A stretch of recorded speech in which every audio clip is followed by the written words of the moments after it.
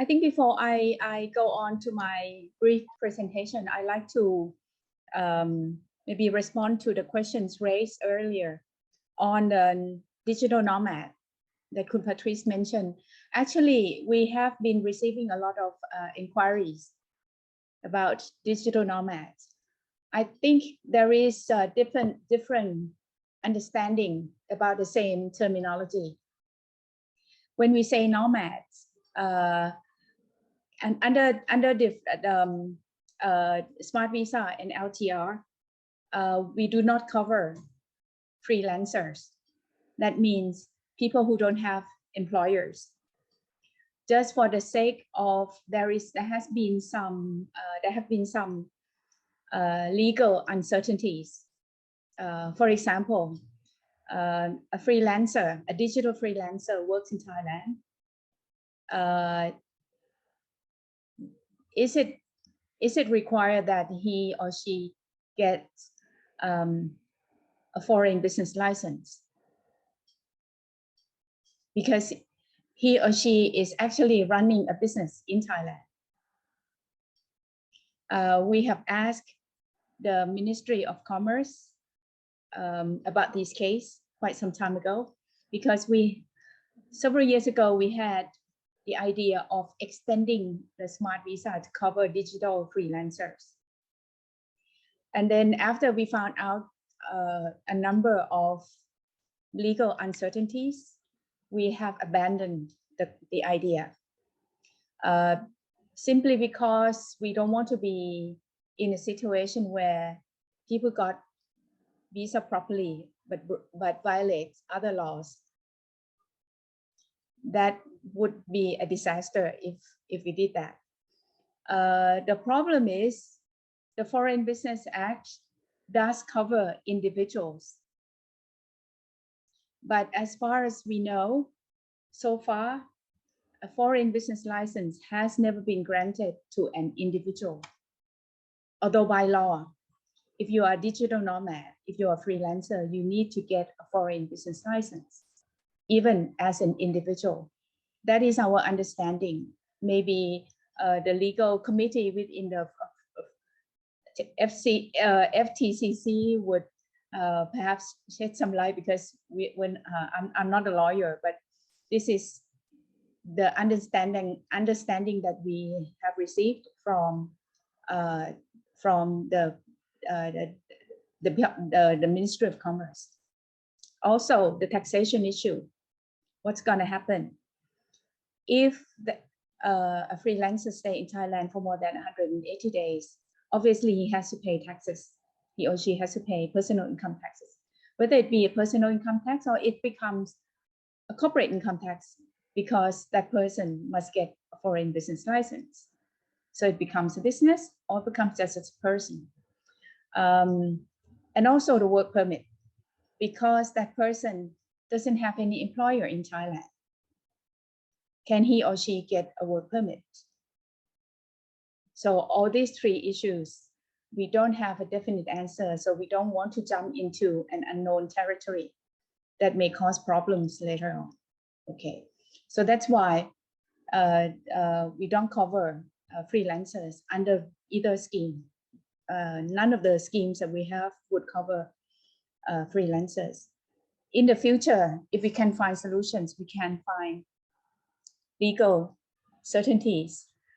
I think attracting freelancers is a good niche for Thailand, because, I mean, frankly speaking, there are already a lot of freelancers in Thailand, simply because they're not here 100% legally. But it's a pity. So if we can find a way to legalize the system, that would be good. Another question that I like to have my response is the question on smart farming. Kun Yan has raised a question on foreign. I understand that you meant foreign investment in farming, right? Yes, sorry, yes, right. By law, again, the Foreign Business Act prohibits 100% foreign investment in farming.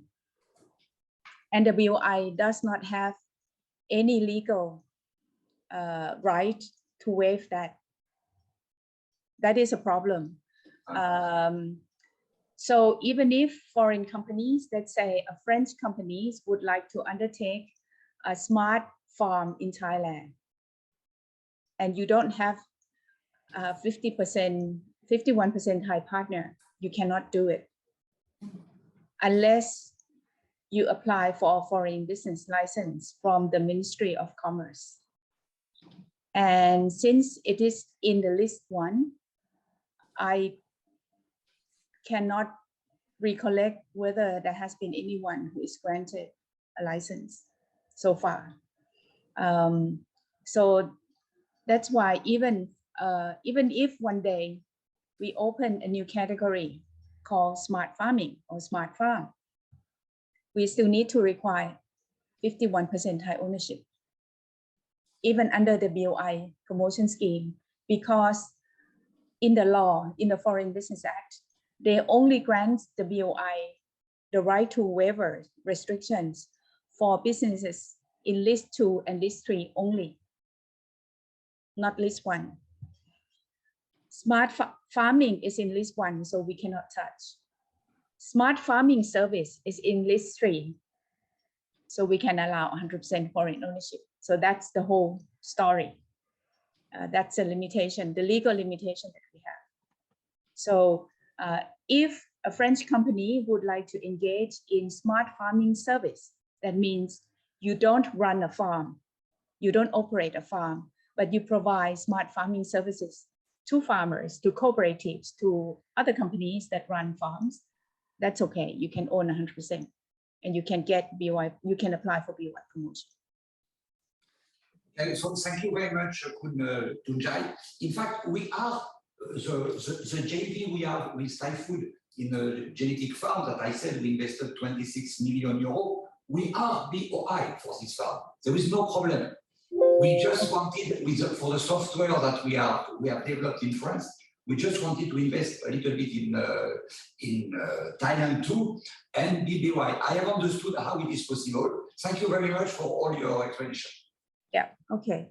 All right, now I'd like to turn to my short presentation. The purpose of the exercise today is to get your feedback on the BOI schemes. I understand that during the breakout sessions, you might have already given some, but I understand that you haven't seen the whole picture of the BOI scheme. So let's go to my presentation. Not this one. Oh, okay, this one. The entire BOI scheme, as you can see, that we cover so many things. Probably we cover too many things, in fact, but we try to be as useful as possible.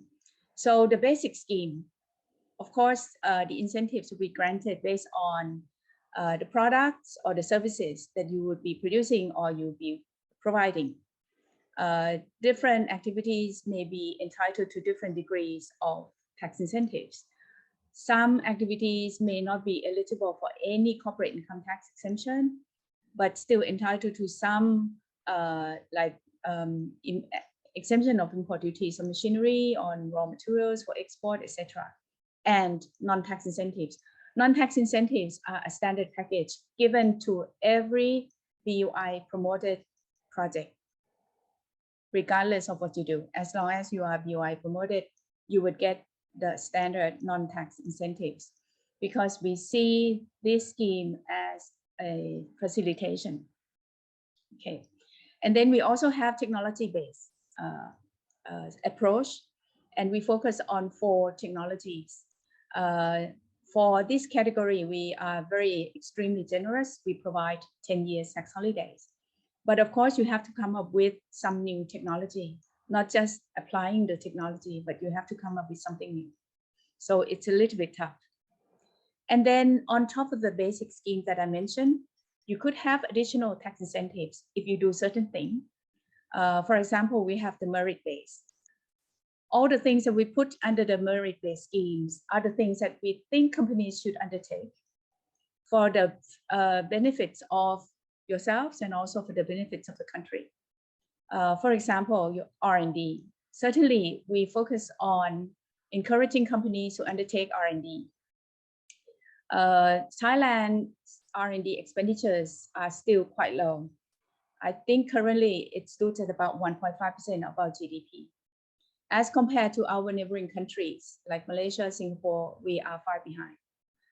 So we still have a long way to go. And we would like to use the BOI's incentives as a major tool in encouraging companies to undertake R&D.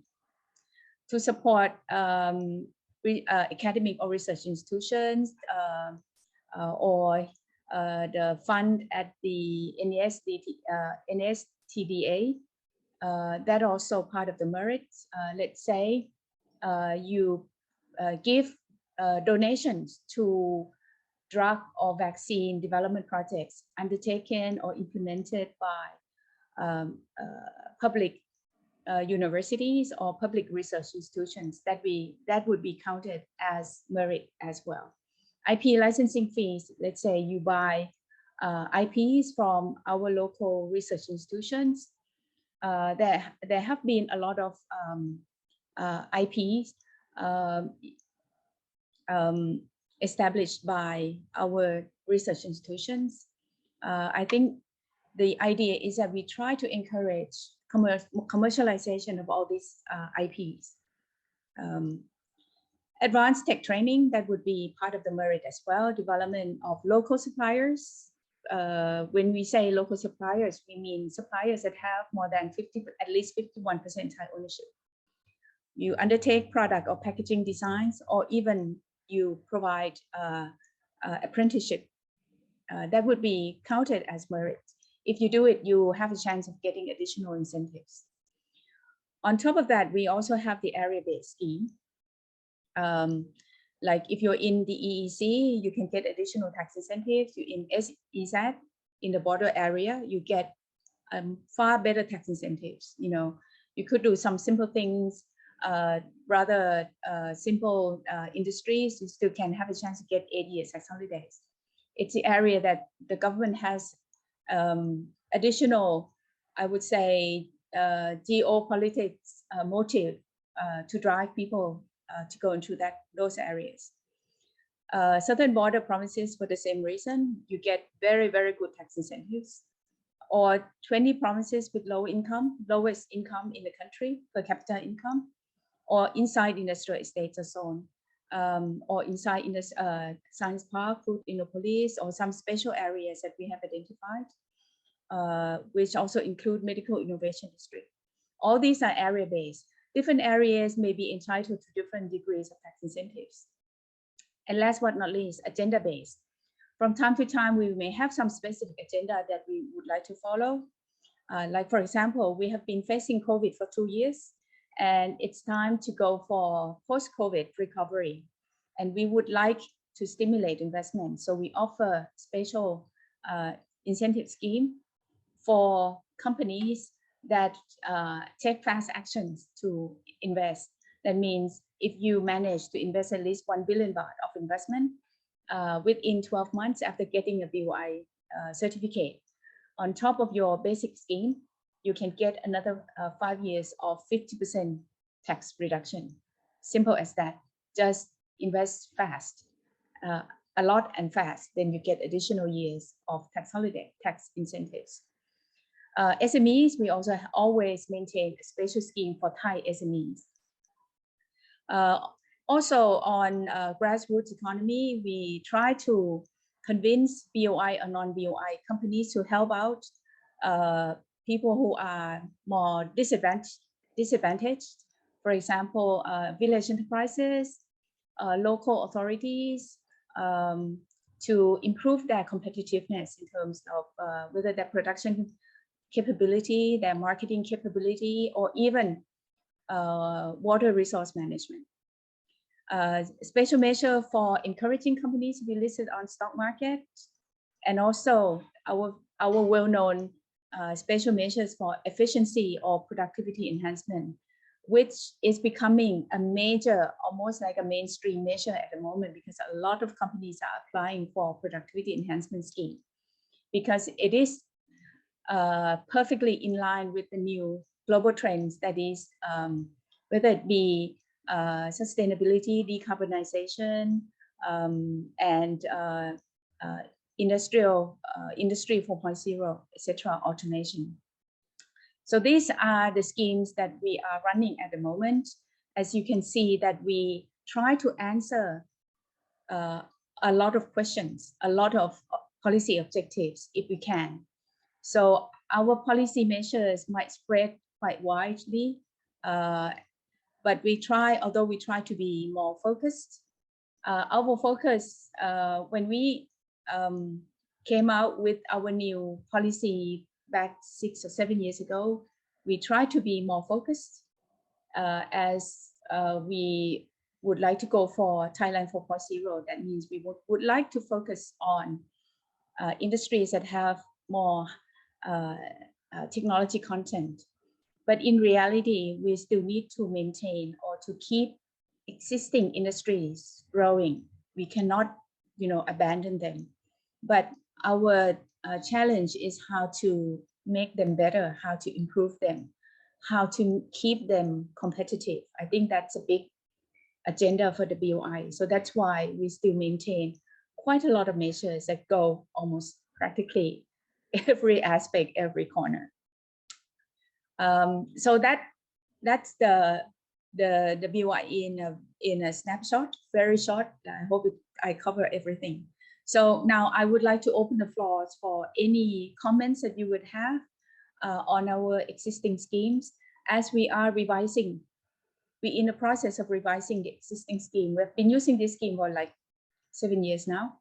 It's almost about time to change, because the world has changed quite a lot over the past 6 or 7 years.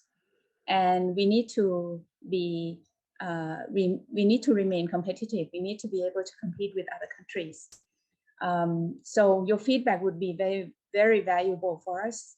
The new policies, we expect them to be coming out. Actually, originally we planned to launch a new policy at the beginning of next year, but we don't have enough time. So might be delayed for another 6 months. So I'd like to open the floor for any comments. Thank you very much, Khun Wangjai. I think we have already some questions coming. Maybe Khun Jarma, if you are okay to put your mic on and maybe ask it directly, I think it can be interesting. And if you don't mind, just introducing yourself before you ask your question. Okay, hello everybody. My name is Jorma Manninen, and I work for a Finnish privately owned software service company. Our core product is a maintenance management system, which is used by industries and municipalities to keep property, plant and equipment in good working order and operations up and running 24/7. And we have established a representative office in Thailand, and I'm the office manager working in Chonburi. But I have a question about export company in Thailand. And I have understood that a foreigner can own an export company 100%. But of course, then the requirement is that the company cannot have any customers in Thailand, only in foreign countries. And it's quite clear that if you are exporting physical products, it's that I know that this is possible. But I wonder if it's possible to export services via digital networks. For example, our company has a software service, so we could easily set up, install our software in a data center in Thailand, and then sell the services to foreign customers only. And another, of course, service is professional services like consulting services that you can do easily over the internet via these virtual platforms, that you could consult foreign customers but have your business established in Thailand. So I wonder if it's possible to actually set up and own and operate an export service company in Thailand with 100% foreign ownership. You're talking about the non-BOI promoted companies, right? Yes, I mean, no relation to BOI, just an export company. And the key here is the 100% ownership. That I might not be in a position to answer because it's not our legislation. It is under the Foreign Business Act. Okay. But we could actually visit on their committee to approve foreign business license. So I can ask my colleague to check with the ministry what is the guidelines in approving the license. Because even if you are an export company, today we export a lot of services, not just products. So your question is, if you're in consulting, I don't think that the DVD would care whether you export or you sell to your clients in Thailand. They construe it as a service. So as a service, if you would like to get 100% foreign ownership, you still need to get a foreign business license. Okay, yes, I understand. Just quickly, the business model, how we operate is that we have our software installed in a data center in Finland, and we export the software service globally to any country, and our customers pay directly to Finland. So they are consuming the service in their own country, and they pay directly. But actually, we would be interested in setting up an export service company in Thailand and then offer our export services or software services to other Asian countries. And then, of course, our software would be installed in a data center in Thailand.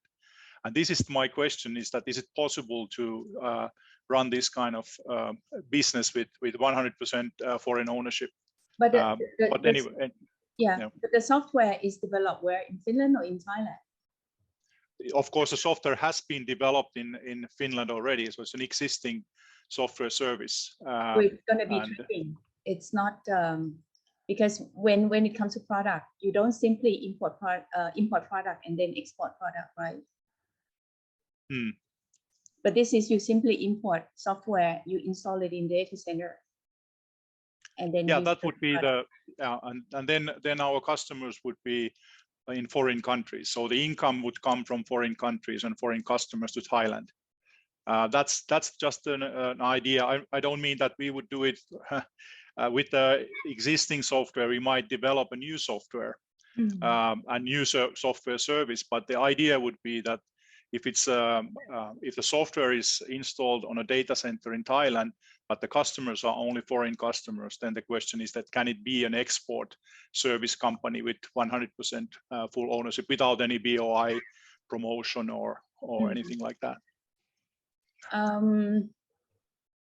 We can check with the DVD, but I would assume that if you import software into Thailand, install it on the data center, it would not be classified as export, because when it comes to export for the DVD, the products must be made in Thailand, and then you export products out of Thailand. You're not importing products and then export them out. Okay, so based on your answer, it sounds like that the exporting of services is not really considered as an export.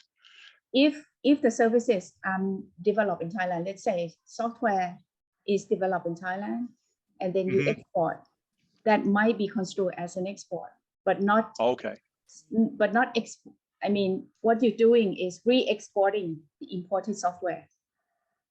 I think Dharma, if you don't mind, maybe we're going to go after to another question, because as it's very specific and maybe it's not specific to BOI scheme. Also, I think it's good that we take other questions, and maybe we can connect you to how to say the relevant contacts, maybe to discuss more specifically. So sorry about that. I think we had Thomas Sanchez who had a question.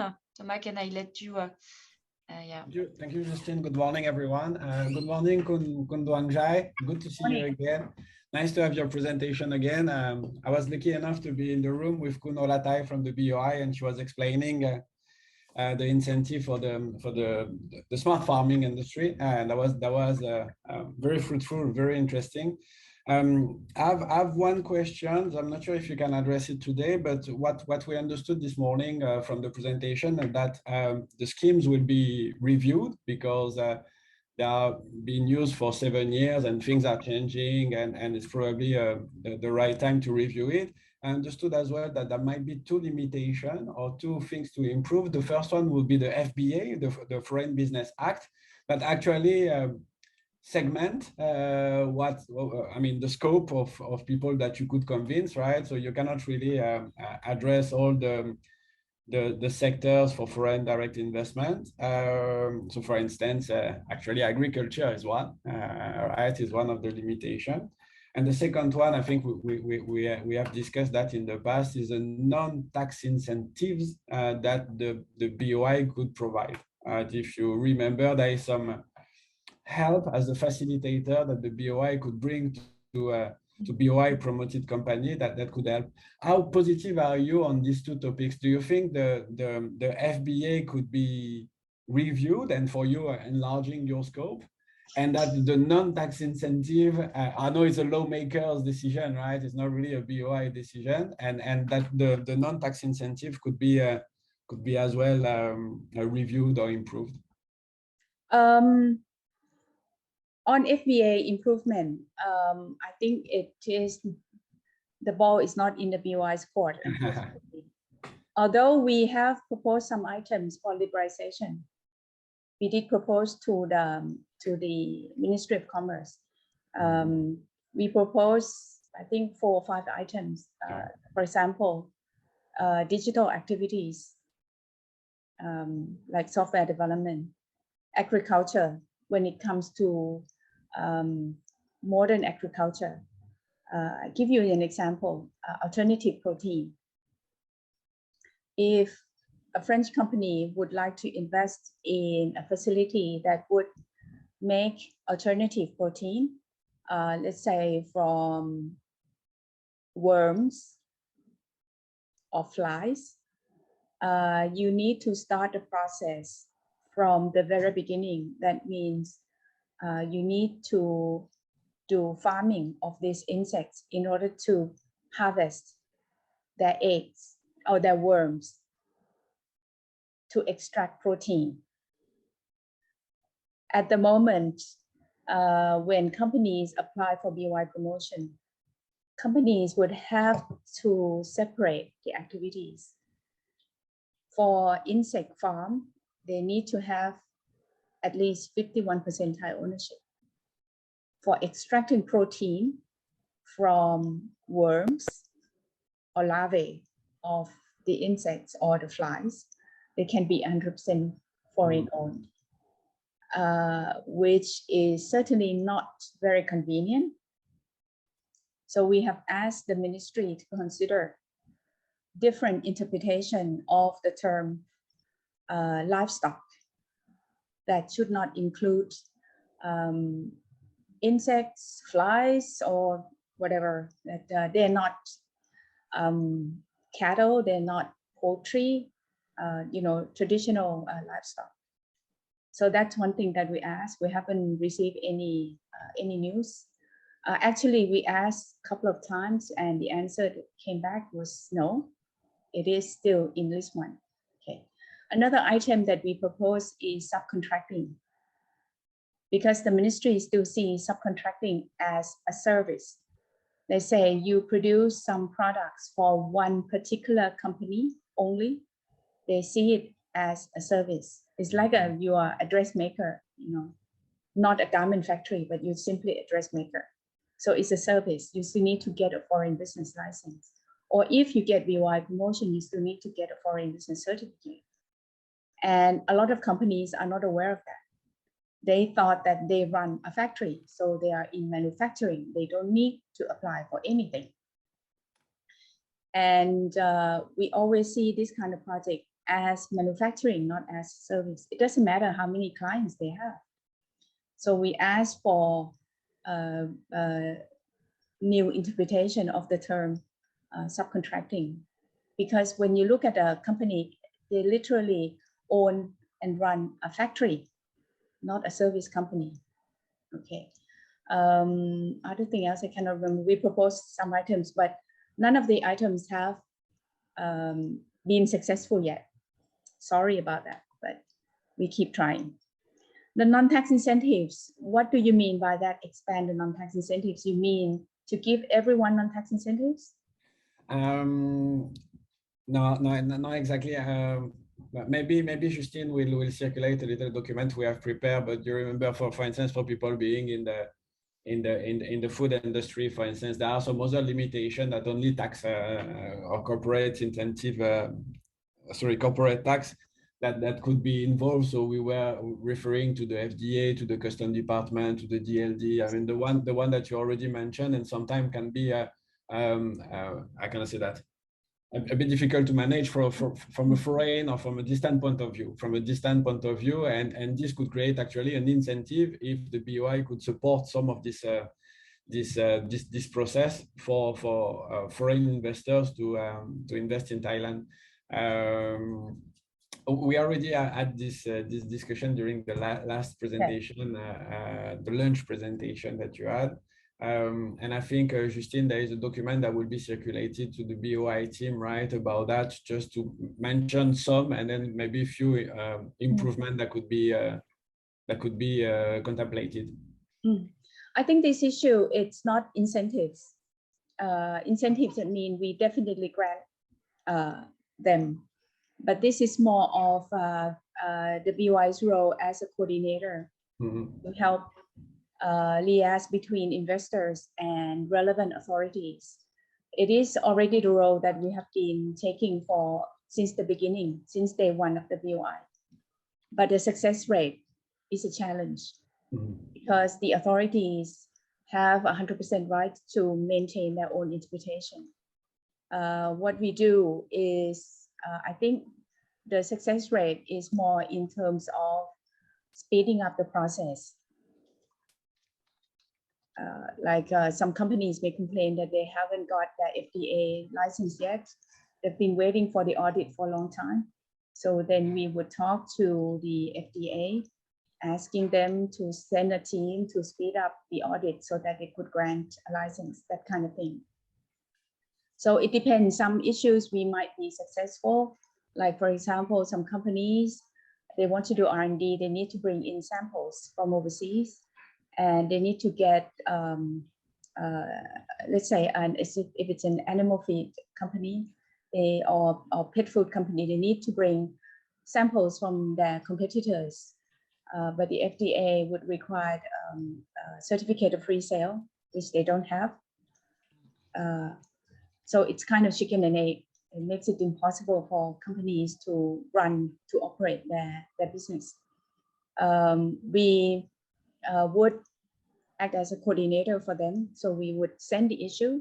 I normally send a letter to the authorities asking them to kind of give consideration on the matter. But for some other issues, we cannot really, I would say our influence may be very small. So we cannot play a big part in everything. I think that's the fact of life. We can intervene on some of the things, but not everything.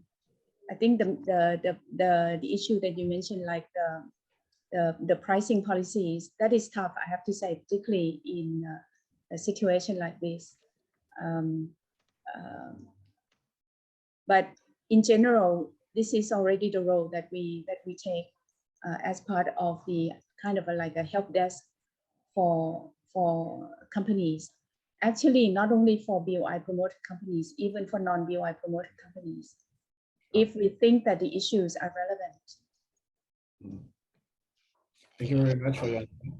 Yeah, I think thank you very much, and I think you have well how to say recapped what we were thinking. Maybe after I will let Fabien talk about it, because we had really the same example, for example, on samples. I think there are things on that on which maybe we can have help. I think it's true. It's not only incentives; it's just see how you can help us sometimes coordinate, because yeah, the feedback we had is that sometimes companies feel they are very much supported by BOI and by all the incentives you are doing, but once all of that is done, there are other maybe entities or rules in other organizations that can be constraints to access the market. So the idea is I think you are saying you don't have a lot of impact, but I think on a lot of things you have much more impact that you think, is that we to see how we can raise those points so that you have an idea and see maybe on somehow, or you can just connect us maybe sometimes with the right locutors.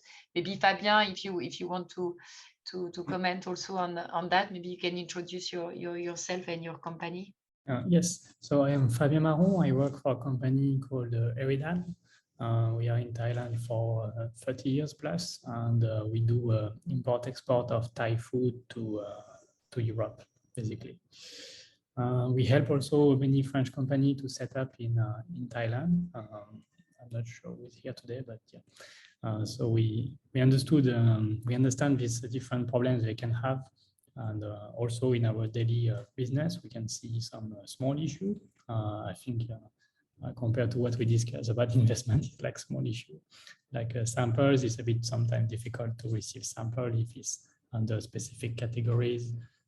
If we are in the process of registration, it's still difficult to send sample in between. So I think it's small points, but maybe can be easily addressed. I'm not sure about customs and different authorities in Thailand. So what we can do is also maybe try to offer, I would say, consolidated services with all a consolidated approach with all kind of services, all kind of companies that can be from France and offer alternative, for example, to chemical in terms of organic agriculture. So it can be like a initiative from countries to countries with many of options coming from the experience of France in agriculture. It can benefit maybe a department like a DOA for like the circular economy in terms of how would I say simply? France has a lot of organic farming and Thailand has not so much. There's a problem of a lot of pesticide being used, a lot of residue being found in the food. So maybe there's some common topic where we can find a relationship to develop between France and Thailand that can be done through the Chamber of Commerce or with the help of BOI to sponsor this kind of project going in this direction. And it may be helpful to discuss with authorities in charge of this, like DOA or DLD in these examples. Is it something you see some potential, some interest from the governments, authorities in this? Or? I'm not quite sure. I'm not quite sure. I don't know whether the relevant authorities would be interested. On organic, I think there must be some interest because that is a trend. Organic farming in Thailand is still very much limited. But I very much like to hear about your echoes on the BOI scheme. I know that the entire ecosystem plays a lot of role, but my intention today is to get your feedback on the BOI scheme. What I see, we are not BOI. We help companies to be a BOI.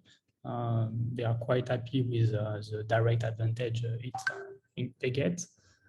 Maybe the downside, of course, there must be a downside, is the kind of burden it creates for the administrative purpose. You need to record everything, you need to keep the records for, I forgot, like 8 or 10 years. So it's a bit more than the regular archive that you need to maintain. And but apart from that, is quite positive. Okay. Thank you, Fabien, and thank you, Kun Nongjai, for your comments. And it's true. Let's get back to the feedback on the new scheme that is proposed and the new areas. Do we have questions on that or remarks? May I have another question? Is there any statistic about the BOI project in agriculture, livestock, any subcategory where we can have a vision of where the investment are done? Yeah. Does it exist?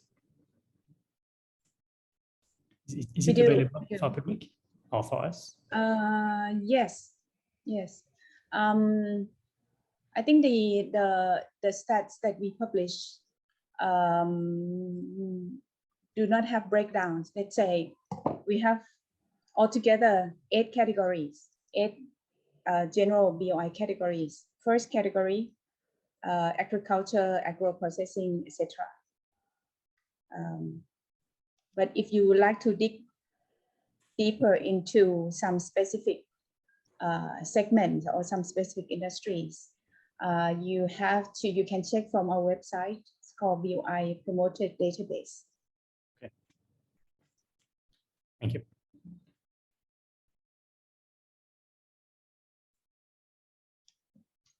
Okay, thank you. Do we have other questions? Maybe I had a small remark on the R&D evolution of the scheme. We know it's a topic on which we want to push also company to have their R&D that is developed here. Most of the time, the difficulty is that it's when it's large corporation, they have generally R&D abroad. So the idea is to try to transfer a part of their R&D locally. What is maybe going in a little bit more into the detail, because I know you had already some incentives on R&D. Now you are just pushing. It's just the number of years of the taxation, or are they changing the conditions also of this investment in R&D? What we have done is we push for a higher number of tax holidays. For example, if companies undertake R&Ds and reach the threshold that we put, like let's say 5% of their, they spend at least 5% of their sales, total sales of the first 3 years on R&D, they can get up to 13 years of tax holidays. So we have significantly improved our scheme, our incentive scheme for companies, for projects that undertake R&D. Okay. Thank you very much. Are there other questions on the topic? So any one of you who have, or even companies that are not participating in this session, if you have any comments, it doesn't have to be just the BOI policies, but could be the administration of our scheme. We would be more than happy to receive those feedbacks. Yes, I think we have another question. I don't know if Paul, you want to ask your question regarding the the new smart visa. You want to ask it directly? Oh, okay. I can ask question directly, but you don't want to disturb everyone with that one because I didn't. I was here for the agricultural BOI topics, and I wanted to add to also to attend the smart visa issue. So I'm just raising a question. I'm living here in Thailand for almost 30 years, probably more, even more, 31, 32. I'm local married. I'm running a local business, paying my taxes here. And I just want to know if this new local smart visa for long stay foreigners does also apply to people like me living here already for a long time, paying my taxes, running a business, being local married, having kids going to school here. And because every year I need to go to renew my visa, to apply for work permit and everything, and plus the 90 days, of course. So, and it's really sometimes painful, because a great lot of time. So I just wanted to know if there is something in the new smart visa for people like me, in order to soften a little bit the administrative burden. The smart visa is intended to be attracting people in the targeted industries. It's not for long term. It's totally different thing. Actually, the smart visa is an imitation of the French tech visa. The idea was taken from French tech visa. The origin of the smart visa came from the proposal from the Ministry of Foreign Affairs, that they said the French government has introduced tech visa and Thailand should have something like that. And then the cabinet has assigned the BOI to look after the, to come up with something similar to tech visa of France. Okay, so it's more to attract newcomers. It's not really for people already here. It's to attract newcomers or people who are here but who are qualified in this industry in terms of their areas of businesses, their expertise. It's not intended for people who stay here for long. I think the long-term resident visa might be suitable to you because it's meant for people, of course, to attract newcomers and also existing foreigners would have a chance to convert to long-term resident visa. If you are qualified according to the criteria, there are some certain criteria. No matter what schemes we come up with, there are always a list of criteria. For long-term resident visa, we are targeting at getting investments from expats, from foreigners who would like to move here, or people who have, let's say, if you're in, depending on which category you are in. My investment, I have done it already because since I'm here for 30 years, investment has long been done already, We count existing investment as well. That's one thing that the BOI has changed. When again, the long-term resident visa is not a BOI proposal. It is a proposal from the Deputy Prime Minister's team, proposed to the cabinet. When they were looking for someone to run this scheme, of course, the BOI, we always win the jackpot, of taking on more work. Because there's also opportunities for the permanent resident, but I know there are specific quota per country every year, so it's not easy. That part is not easy too. So the cabinet has assigned the BOI to run the LTR scheme. The cabinet mandate came with the list of criteria that was proposed by the DPM's team. We look at the criteria and we change some of it, particularly, well, for example, the investment that foreigners need to bring to Thailand. We know that there are a lot of existing expats who have contributed significantly to the Thai economy and the Thai society. So we intentionally modify the criteria to include existing investment so that long-term residents in Thailand could have a chance to convert to long-term resident visa. Okay. Thank you, Khun Njai. Thank you, Paul, for the question. I think we will send the details as well of long-term and of smart visa. Maybe now I will.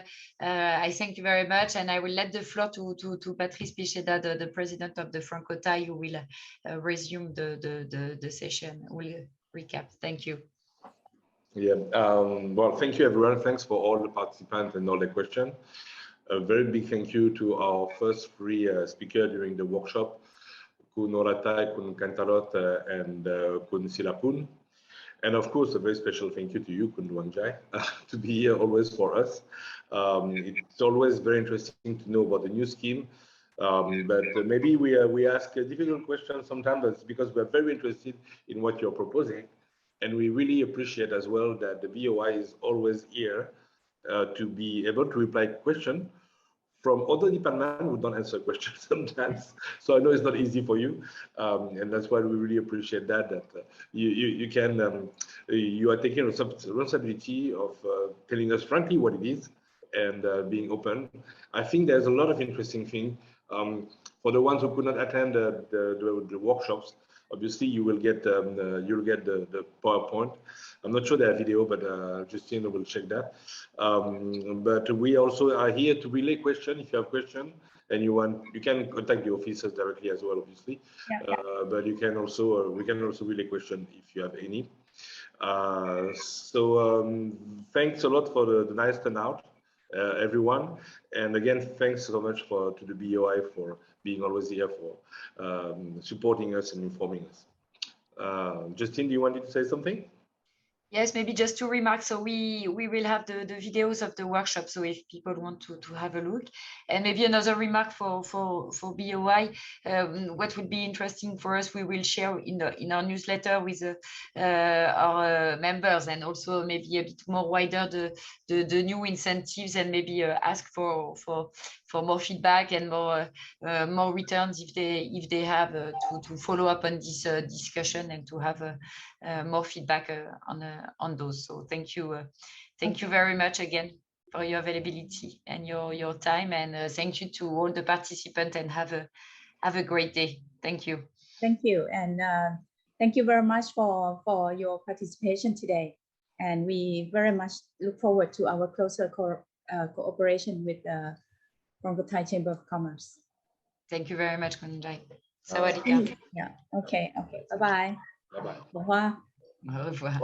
Bye bye. Thank you.